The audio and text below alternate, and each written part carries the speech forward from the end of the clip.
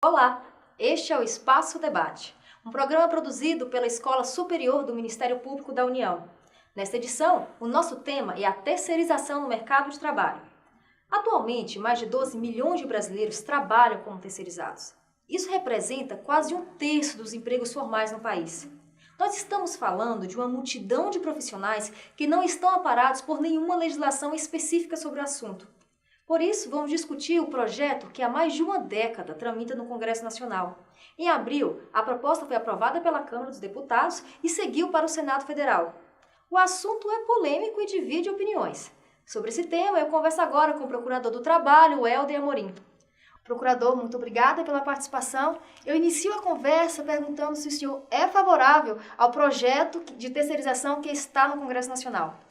Pois bem, o Ministério Público do Trabalho não é favorável ao modelo de terceirização proposto nesse projeto. Na verdade, a nossa experiência institucional, em mais de 2 décadas de fiscalizações, demonstra que esse modelo de terceirização que atualmente é praticado é um modelo que enseja profunda precarização das relações de trabalho. Como é que ocorre essa precarização?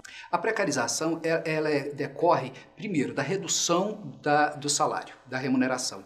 Diz o Diese que 27% a menos recebe um trabalhador terceirizado quando comparado com um trabalhador que mantém vínculo direto. Segundo aspecto importantíssimo, a jornada de trabalho dele é 3 horas, em média, superior a um trabalhador que tem vínculo direto. 3 horas por semana, isso sem contar as horas extras. Além de que o investimento em medidas de proteção à sua saúde e segurança é muito inferior, o que enseja o aumento de acidentes de trabalho e adoecimentos profissionais em uma escala muito superior. Praticamente se diz que 80% dos acidentes de trabalho que ocorrem no país estão relacionados a trabalhadores terceirizados. O senhor diz que o trabalhador terceirizado trabalha mais e ganha menos. Mas a empresa que subcontrata, ela também não está amparada pela CLT? Pois é, na verdade, veja, o direito do trabalho protege o trabalhador de uma forma equânime, de uma forma justa, né? E a terceirização fragiliza a aplicação do direito do trabalho, ou seja, dificulta a aplicação dos direitos, o que fragiliza a proteção jurídica desse trabalhador. Então, essa proposta, ela representa, na nossa visão, e certamente de outras instituições, como do Ministério do Trabalho, as centrais sindicais também avaliam dessa forma, a própria magistratura do trabalho, através da Associação dos Magistrados Trabalhistas, nós avaliamos que essa proposta representa a maior reforma trabalhista flexibilizadora desde a edição da CLT na década de 40. Essa proposta, ela prevê a ampliação da terceirização para as atividades fins também. O que o senhor acha disso? Pois é, exatamente esse é o tema central sobre o qual nós debatemos. Essa proposta, ela, ao invés de melhorar o patamar de proteção jurídica dos 12 milhões de trabalhadores terceirizados que hoje se encontram sob o regime da terceirização no país e apenas na área urbana, sem contar os rurais, ao invés, então, de promover essa melhoria da tutela jurídica, ela abre espaço para que esse regime precarizador possa ser aplicado a todos os trabalhadores, os demais trabalhadores. Se diz que são 34 milhões de trabalhadores que hoje possuem vínculo direto com as empresas e que poderão ser terceirizados porque, segundo o projeto, qualquer atividade poderia ser terceirizada. Procurador, para ficar bem claro para quem está nos assistindo, o que pode ser terceirizado hoje e o que poderá ser terceirizado após esse projeto?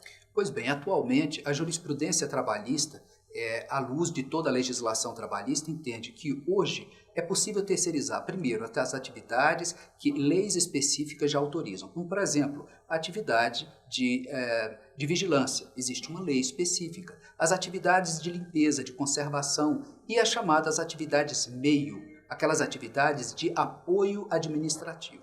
O que não pode? Não podem as atividades fim. E o que é isso? São as atividades centrais, são as atividades principais, aquela atividade para a qual a empresa foi constituída, é aquela atividade que consta lá no contrato social da empresa, né, como sua vocação essencial. Essa atividade, ela não permite, hoje a jurisprudência não permite, seja terceirizada. Vamos pensar num exemplo prático. Se a gente pegar uma escola, o que poderia ser terceirizado e o que não poderia ser terceirizado hoje e no caso de um projeto ser aprovado? Pois é, no estabelecimento de ensino, o que não pode ser terceirizado? Certamente a atividade fim de uma escola. O que é? É prestar o serviço de educação, o serviço, a atividade de um professor, por exemplo.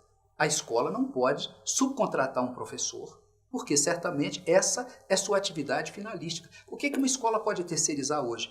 A atividade de limpeza e conservação do seu estabelecimento, das salas de aula. A atividade de vigilância patrimonial, por exemplo, pode ser terceirizada, porque são consideradas atividades de mero apoio administrativo e que não integram a sua atividade fim. Uhum. Quando você coloca a terceirização na atividade fim, você não pode abrir margem para padrões remuneratórios diferentes? Trabalhadores que fazem a mesma função recebendo salários diferentes? Sim, exatamente. Quando se terceiriza atividades que são chamadas atividades finalísticas, as atividades centrais, aquelas atividades para as quais a empresa foi criada, né, a vocação principal da empresa, na verdade se está retirando do trabalhador a possibilidade de manter vínculo direto com essa empresa, com um padrão de proteção jurídica muito superior nessas atividades centrais, criando então um fosso discriminatório entre aqueles que são trabalhadores com vínculo direto e aqueles que são trabalhadores subcontratados, trabalhadores terceirizados.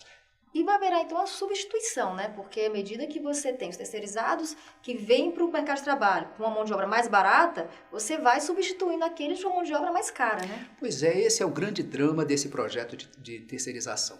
Porque, na verdade, a terceirização do ponto de vista teórico, ela é pensada para a especialização de atividades para as quais a empresa não deve, em princípio, em tese, dedicar suas energias humanas e seus recursos materiais, porque ela pode contratar atividades especializadas no mercado. O problema é que esse modelo, quando transplantado para o Brasil, ele veio de uma forma muito inadequada, porque foi utilizado exatamente para reduzir o custo de trabalho à custa dos direitos dos trabalhadores, reduzindo os direitos dos trabalhadores.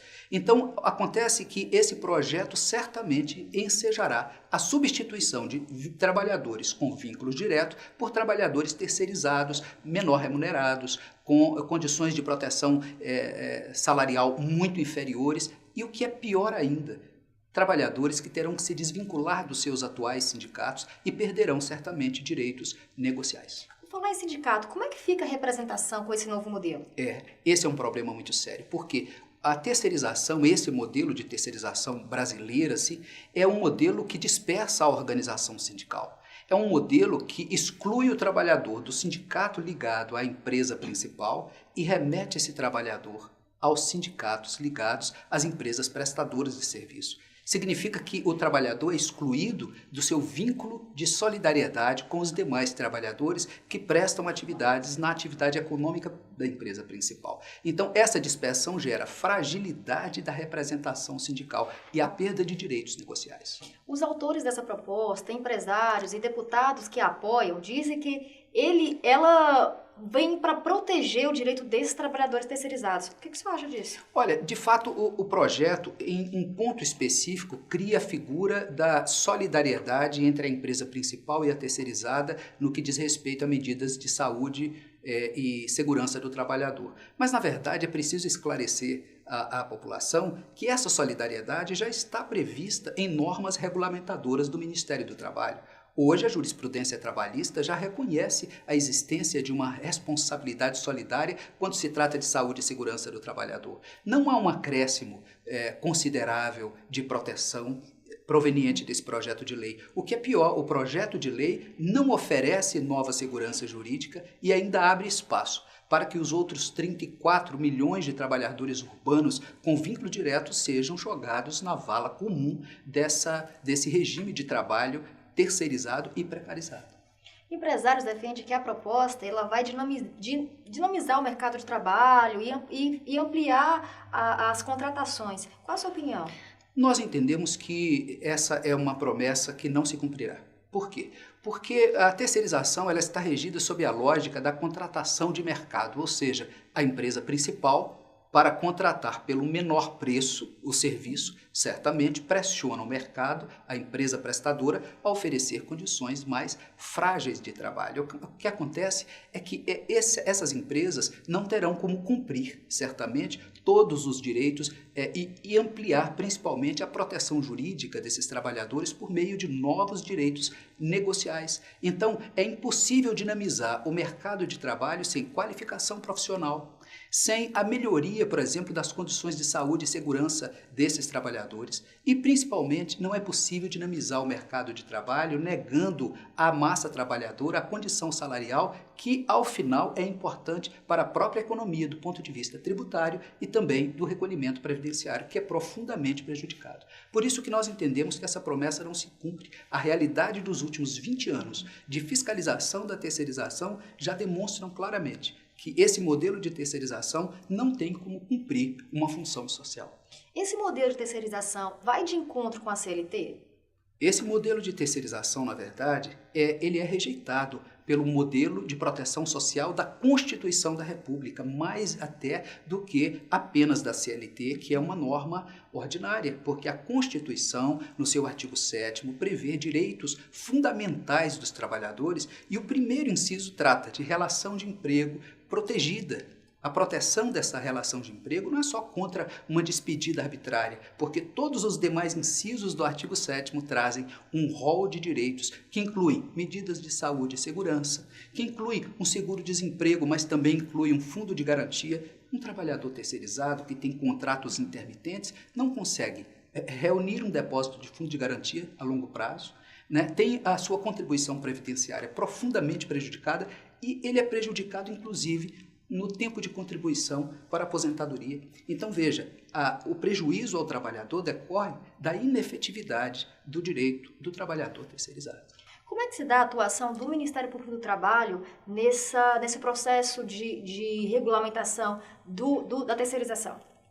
Olha, o Ministério Público do Trabalho é uma instituição que já tem legitimidade política para participar dos debates políticos e assim temos feito. Nós temos participado de audiências públicas no Senado Federal, apenas o Senado Federal nos convidou para esse debate.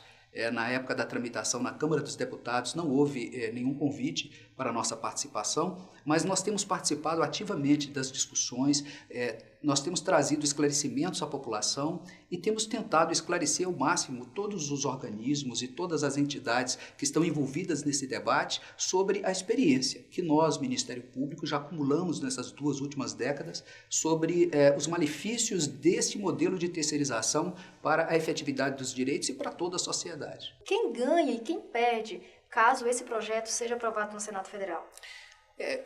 Quem ganha certamente é o empresário que quer reduzir custos da sua produção, reduzindo direitos dos trabalhadores. Certamente, quem ganha é uma economia fragilizada, quem ganha é um país sem, sem força suficiente para enfrentar os seus desafios, respeitando os direitos fundamentais do cidadão trabalhador, né? Quem perde? Quem perde é a sociedade do futuro, o projeto constitucional de uma sociedade livre, justa e solidária. Quem perde é o trabalhador brasileiro. A gente ainda tem um caminho até essa proposta virar lei. O senhor acha que ela vai ser aprovada pelo Senado?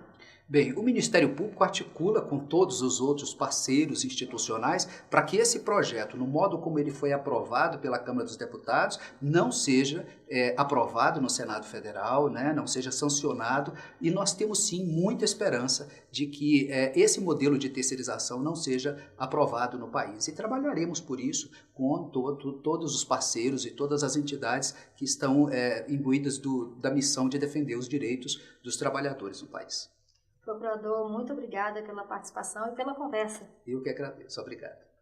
Esta edição do Espaço Debate termina aqui. Agradeço pela audiência.